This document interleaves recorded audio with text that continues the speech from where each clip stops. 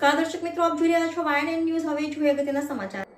ડભોઈ નવરાત્રી મહોત્સવની ઉજવણીનો ઉત્સાહ યુવા થનગનાટ કરી રહ્યું છે, ત્યારે ડભોઈ એપીએમસી મેદાન ખાતે માં ગઢ ભવાની દર્ભાવતી કલ્ચરલ ગ્રુપ દ્વારા સતત 8મા વર્ષે ગરબા મહોત્સવનું 2025નું આયોજન કરવામાં આવ્યું છે. આ વર્ષે દેશના વીર જવાનો અને ઓપરેશન સિંધુને સલામી આપતા સંપૂર્ણ ગ્રાઉન્ડ જ્યારે દેશભક્તિના રંગે રંગાયું છે.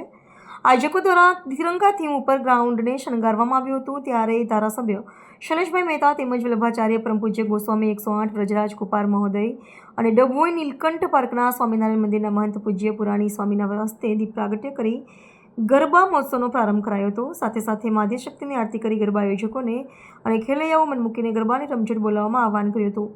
માધ્ય શક્તિની જગતજનની જગદંબા નવલા નોરતાનો પ્રારંભ થઈ ચૂક્યો છે. ડભોઈ ઐતિહાસિક દર્ભાવતી નગરી ખાતે ધારાસભ્ય શૈલેષભાઈ મહેતાના પ્રમુખ સ્થાને સતત 8 વર્ષથી દર્ભાવતી ગરબા મહોત્સવ 2025નું આયોજન કરવામાં આવ્યું છે. ચાલુ વર્ષે પહેલગામ હુમલાને લઈને દેશના વીર સૈનિકો દ્વારા અને સરકાર દ્વારા જે ઓપરેશન સિંદૂર થકી દુશ્મનોને મુંહતોડ જવાબ આપવામાં આવ્યો હતો, જેને અનુલક્ષીને તેના સન્માનમાં સંપૂર્ણ ગ્રાઉન્ડ દેશભક્તિના રંગથી રંગવામાં આવ્યું હતું. ચાલુ વર્ષે પણ ગરબા મહોત્સવમાં ધારાસભ્ય દ્વારા ટ્રેડિશનલ ડ્રેસ કોડ અને લલાટ પર તિલક ફરજિયાત કરીને ગરબાની રમઝટ બોલાવવા આહવાન કર્યું હતું.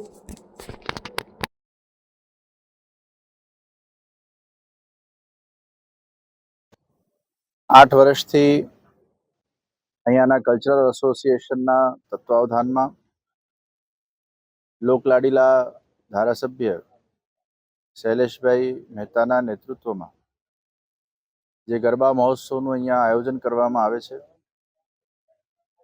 ખરેખર આખું આયોજન એ આપણા સર્વ લોકો માટે એક સુરક્ષિત આયોજન છે. અહીંયા આવતા જ એક ખૂબ પોઝિટિવ એનર્જીનો અનુભવ થાય છે, સાત્વિક એનર્જીનો અનુભવ થાય છે. અને જે રીતે દર્ભાવતીના અંદર શૈલેષભાઈના સૂચન અનુસાર તિલક કરીને જ પ્રવેશ કરવો, એવું જે એક નિયમ અને અનુશાસન અહીંયા તૈયાર કરવામાં આવ્યું, એ આજે ગુજરાત અને ગુજરાત બહારના પણ અનેક રાજ્યોના અંદર ઘણા બધા લોકો એને ફોલો કરી રહ્યા છે.